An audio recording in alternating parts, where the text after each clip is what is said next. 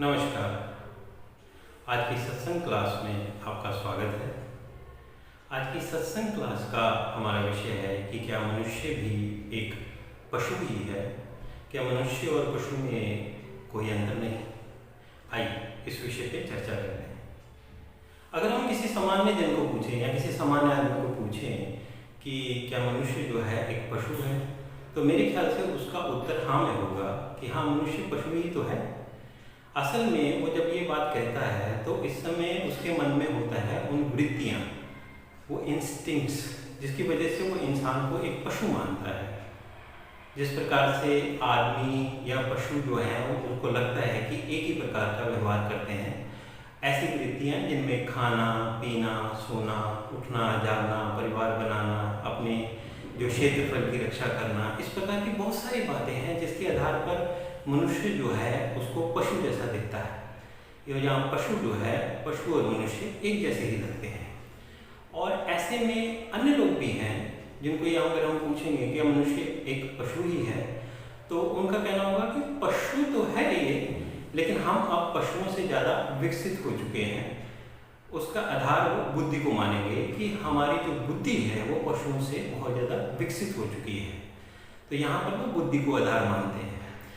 इस बात का प्रमाण भी आप चारों तरफ देख सकते हैं कि जैसा आप देखेंगे कि जितनी तरक्की आदमी ने कर ली है, जितने संसाधन अपने साथ जुटा लिए हैं, जितना आप देखेंगे गाड़ियों का, घरों का, खाने पीने का, कपड़े पहनने का, और जितने संसाधन इंसान के पास आज की तारीख में हैं, अन्य किसी भी प्रजाति ने या किसी भी पशु ने इस तरीके की जो है तरक्की नहीं की है। तो उसके आधार पर वो अपने आप को पशु तो नहीं मानेंगे और ये कहेंगे कि हाँ, हम एक ऐसी प्रजाति हैं जिसने अपना बहुत ज़्यादा विकास कर लिया है। तो दो प्रकार के मत आपको सामने आएंगे। एक सामान्य जन का तो ये कहेगा कि हाँ, हम पशु ही हैं, और उसका आधार वो इंस्टिंक्ट्स को देंगे कि जैसे एनिमल में इंस्टिंक्ट्स होते हैं, जो मानवों में भी वो इंस्टिंक्ट्स पाए जाते हैं, वो वृत्तियाँ पाई जाती हैं। तो मनुष्य एक पशु का ही दूसरा रूप है। और एक मत ऐसा होगा जो ये कहेंगे कि हम पशु, पूर्ण पशु नहीं हैं, हम पशु से विकसित हो चुके हैं, और उसका आधार वो बुद्धि को देंगे कि बुद्धि के आधार पर हमने जितनी तरक्की कर ली है, अब हम पशु की श्रेणी से बहुत दूर आ चुके हैं। तो क्या इस मत के अलावा, इन दोनों मतों के अलावा भी कोई ऐसा मत है जो नया है या जो अलग है?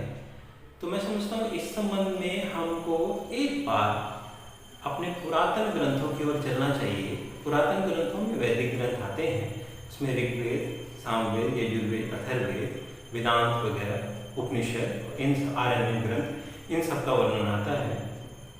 इनमें इनके जो वैदिक ऋषि हैं, हम उनका भी मत एक बार सुनते हैं।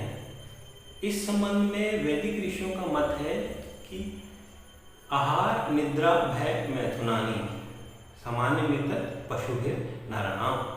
वैदिक ऋषि भी इस मत को प्रतिपादित करते हैं, या वैदिक ऋषि भी ये बात कहते हैं कि आहार की जहाँ तक बात है, आहार निद्रा भय मैथुनानि।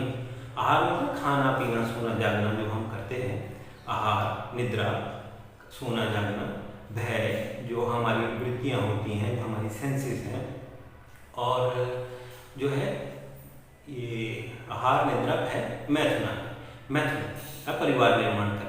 तो इन सब के आधार पर देखा जाए तो मनुष्य जो है वो पशु का ही एक रूप है, पशु के समान ही है। लेकिन आगे वो ये क्या कहते हैं कि धर्म में तेषाधिको विशेषो, अर्थात एक ऐसी विशेषता है जो तुमको पशु की श्रेणी से अलग करती है, और उस विशेषता को वो धर्म कहते हैं। उस विशेषता को उन्होंने धर्म नाम दिया है।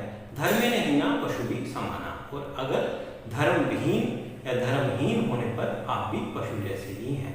मैं एक बार फिर से इस बात को दोहराता हूँ कि आहार निद्रा भय मैथुनानि सामान्य वेतत पशुभिर नराणाम धर्मो ही तेषाधिको विशेषो धर्मे निहीना पशु भी समाना। तो इस संबंध में एक जो तीसरा मत है वो वैदिक ऋषियों का है, जो इंसान को ये मानते हैं कि इंसान पशु नहीं है, पशु से अलग है, क्योंकि उसके भीतर एक ऐसा तत्व है जिसका नाम उन्होंने धर्म दिया है। तो उस धर्म के आधार पर वो मनुष्य को पशु से अलग करते हैं।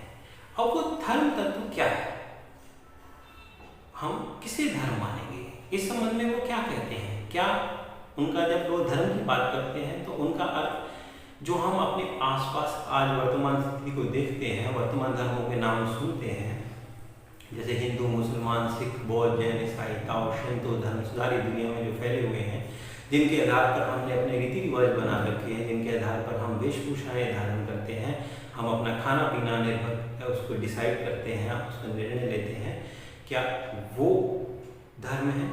क्या ऋषि जो है उन धर्म की बात कर रहे हैं या इसमें कुछ और भी गहराई है, वो कोई नई बात भी कह रहे हैं या नई चीज़ की ओर संकेत कर रहे हैं? इस विषय के ऊपर मैं अपनी अगली सत्संग क्लास में चर्चा करूंगा कि धर्म तत्व जिसके आधार पर जो है ऋषि मनुष्यों को पशुओं से अलग करते हैं, उससे उनका वास्तविक अर्थ क्या है। तो आज की वर्तमान जो सत्संग क्लास है उसमें हमने इस बात को जाना कि मनुष्य जो है वो पशु नहीं है। अगर वो उसको पशु माना जाता है तो हम उसके हमारे जो अंदर जो व्यवहारिक हैं ऐसी प्रवृत्तियाँ हैं, पशु प्रवृत्तियाँ, उसके आधार पर हमको पशु मान लिया जाता है, या हमारा जो बौद्धिक विकास हो रखा है उसके आधार पर हमको जो है पशुओं से ऊपर माना जाता है, लेकिन बुद्धि के स्तर पर ही। तो मात्र बात इतनी नहीं है, खाली इतनी बात नहीं है, इससे भी ज़्यादा गहरी बात है और उसका आधार